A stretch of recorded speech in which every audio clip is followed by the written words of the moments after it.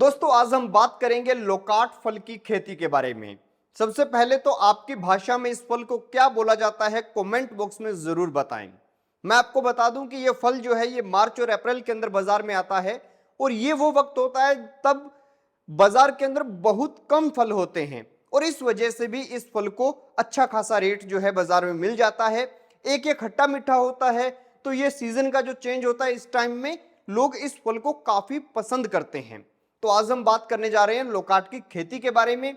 तो सबसे पहले मैं आपको बताऊंगा खेत का चुनाव कैसे करें, फिर हम बात करेंगे खेत की तैयारी कैसे करनी है, फिर हम बात करेंगे लोकाट की अच्छी किस्मों के बारे में, फिर हम बात करेंगे इसे उगाने के सही समय के बारे में, फिर हम बात करेंगे पौधे लगाने के सही तरीके के बारे में, फिर हम बात करेंगे कि इंटरक्रॉपिंग में कौन सी फसलें इसमें बोई जा सकती हैं, फिर हम बात करेंगे खाद के बारे में, फिर हम बात करेंगे सिंचाई के बारे में, फिर हम बात करेंगे बीमारियों के बारे में और उसके बाद में हम बात करेंगे हार्वेस्टिंग की। तो दोस्तों वीडियो की शुरुआत करें उससे पहले आप जल्दी से चैनल को सब्सक्राइब कर लीजिए, बेल आइकन को दबा लीजिए और ऑल के ऊपर क्लिक कर लीजिए। अभी सब्सक्राइब करने का दिल नहीं है तो कोई बात नहीं, पहले पूरा वीडियो देखिए, वीडियो अच्छा लगे तो आप चैनल को जरूर सब्सक्राइब कीजिएगा और अपने सुझाव कमेंट बॉक्स में जरूर दीजिएगा। इसी के साथ साथ ये वीडियो जो है कम से कम 5 किसानों के पास जरूर भेजें। हो सकता है आपका लोकाट की खेती करने का मन ना हो, उनका हो। तो दोस्तों मैं हूं अमित भोबिया और आप देखना शुरू कर चुके हैं एबीसी इंडिया। तो हम बात करते हैं लोकाट की खेती के बारे में। सबसे पहला सवाल कि खेत का चुनाव कैसे करना है।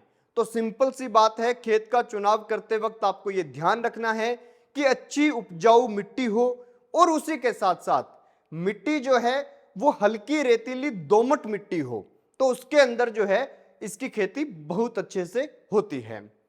अब रही बात कि खेत की तैयारी कैसे करनी है। पौधे से पौधे की दूरी 20 फीट, लाइन से लाइन की दूरी 20 फीट रखते हुए आप लोगों को 1 मीटर गहरा, 1 मीटर चौड़ा, 1 मीटर लंबा गड्ढा खोद लेना है और उस गड्ढे के अंदर आप जो है गोबर की खाद, ऊपर की 1.5 फीट मिट्टी निकालिए और उस मिट्टी को उतने ही गोबर की खाद के अंदर मिलाकर जो है पूरे गड्ढे के अंदर भर दीजिए। यानी कि ऊपर की उपजाऊ मिट्टी और गोबर की खाद जो है वो अंदर भर देनी है और नीचे की मिट्टी है उसे बाहर निकाल देना है गड्ढे से। इस तरह से आपको गड्ढे तैयार करने हैं और उसके बाद में उसके अंदर जो है ड्रिप बिछा दीजिए, डबल ड्रिप या सिंगल ड्रिप, या आपकी मर्जी है। अब बात करते हैं दोस्तों इसकी अच्छी किस्मों के बारे में। पहली किस्म है कैलिफोर्निया एडवांस जो अप्रैल के अंत में फल देती है। दूसरी किस्म है पेल येलो जो आपकी सेकंड वीक होता है अप्रैल का, उस वक्त लगभग फल कंप्लीट कर देती है, हार्वेस्टिंग दे देती है मतलब। तीसरी किस्म है गोल्डन येलो, ये मार्च के दूसरे और तीसरे सप्ताह के करीब आपको फल दे देती है। तो कुल मिलाकर बात यह है कि आप जब भी खेत में लगाएं तो तीनों किस्में मिक्स करके लगाएं ताकि आप मार्च से लेके अप्रैल के अंत तक मार्केट के अंदर अपना सामान जो है वो बेच सकें। अब रही बात कि सही समय क्या है पौधे लगाने का। तो सही समय जो इसको पौधे लगाने का है वो है अगस्त और सितंबर का महीना, इस महीने में ही पौधे लगाएं। अब रही बात कि पौधे लगाने का सही तरीका क्या है। पौधे लगाने के कई तरीके हैं। पहला तरीका है आप रेतीली मिट्टी लीजिए, उसके अंदर इसके बीज लगा दीजिए। जब बीज उग जाएंगे और लगभग 3-4 सेंटीमीटर का, 5 सेंटीमीटर का पौधा हो जाए तो उसे आप निकाल कर और एक बड़े मतलब इस तरह के पॉलीथीन में जो है बैग में उसे लगा दीजिएगा और फिर उसे 3-4 महीने नर्सरी के रूप में तैयार कीजिएगा और फिर उसे खेत में लगा दीजिएगा। याद रहे कि जब भी सीड लगाना है इसका तो इसके फल को तोड़ना है, उसमें से सीड निकालना है और झट से लगा देना है। अगर सीड सूख गया तो उसका जर्मिनेशन बहुत कम चांस है कि हो पाए। अब रही बात कि और कौन सा तरीका है, तो दूसरा तरीका है कलम से लगाने का और तीसरा तरीका है नर्सरी से लोकाट का पौधा, आप तैयार हुआ पौधा वो ले आए और लगा लें।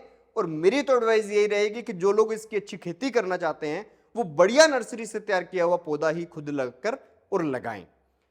अब रही बात कि इंटरक्रॉपिंग में कौन कौन सी फसलें बो सकते हैं। जिन फसलों का छोटा साइज होता है, बेल वाली फसलें बोनी नहीं है क्योंकि वो पेड़ के ऊपर चढ़ जाती हैं, ऐसे में जिन फसलों का छोटा साइज है वो आप पहले 2 से 3 साल के लिए बो सकते हैं, उसके बाद में आपको नहीं बोनी। अब रही बात कि खाद में क्या क्या देना है, तो सिंपल बात है, यहां पर एक चार्ट आपको दिखाई दे रहा होगा, उस चार्ट के हिसाब से आपको पूरी की पूरी खाद देनी है। अब याद रहे कि सितंबर के महीने में आप फॉस्फेट और पोटाश जो है एमओपी और फार्म मैन्योर जो है ये दे सकते हैं, और अक्टूबर में यूरिया की पूरे साल की मात्रा दी हुई है, आधी यूरिया की मात्रा अक्टूबर में देनी है, आधी जनवरी फरवरी में आपको देनी है, तब देनी है जब इसके फ्रूट जो हैं वो सेट हो जाएं। अब बात करते हैं सिंचाई के बारे में। सिंचाई का बड़ा सिंपल है, आपको इसे वैसे तो 4 से 5 बार पानी देना होता है क्योंकि इसके अंदर सूखा मौसम होता है, उसके अंदर रहने की बहुत क्षमता है, लेकिन फिर भी अगर आप इसे एक सही अंतराल से पानी देते रहेंगे ड्रिप के जरिए तो इसका उत्पादन थोड़ा अच्छा हो जाएगा। वरना ऐसा नहीं है कि अगर आपने इसको पानी नहीं दिया और ये पौधा खत्म हो जाएगा, ऐसा नहीं है। सूखे के खिलाफ इसके अंदर अच्छी खासी क्षमता है। अब बात करते हैं दोस्तों इसके अंदर आने वाली बीमारियों के बारे में। बीमारियों का सिंपल है, 2 बीमारियां आएंगी, एक कॉर्न रोट की, एक रूट रोट की। इन दोनों ही कंडीशन में पहली बात का तो ध्यान यह रखना है कि जब पौधा छोटा है तभी बीमारी आ गई तो उखाड़ के पौधे को बाहर फेंक दीजिए और आग लगा दीजिए। अगर बड़ा पौधा है, आप फेंकना नहीं चाहते, इलाज करना चाहते हैं उसका, तो आपको क्या करना है, उसकी छाल में बीमारी आएगी कॉर्न रूट की, नीचे से लेके और ऊपर तक छाल जो है उसमें आपको फफूंद लगना नजर आ जाएगा। आप उस जो छाल को उतारिए, काटिए और बाहर फेंक दीजिए, जला दीजिए, और जो बची हुई जगह है उसको अच्छे से आप जो है इन्फेक्शन फ्री कर लीजिए। कैसे भी कर लीजिए, वो आपकी मर्जी है, चाहे चूना लगाइए, चाहे डिटॉल लगाइए, कुछ भी कीजिए, और उसके बाद में उसे 1 सप्ताह के लिए छोड़ दीजिए। और फिर उसके अंदर ब्यूरोडेक्स का जो पेंट आता है जो हम पौधों के नीचे नीचे करते हैं वो अच्छे से कर दीजिए। हर 15-20 दिन के अंतराल से करते रहिए और ये बीमारी अपने आप खत्म हो जाएगी।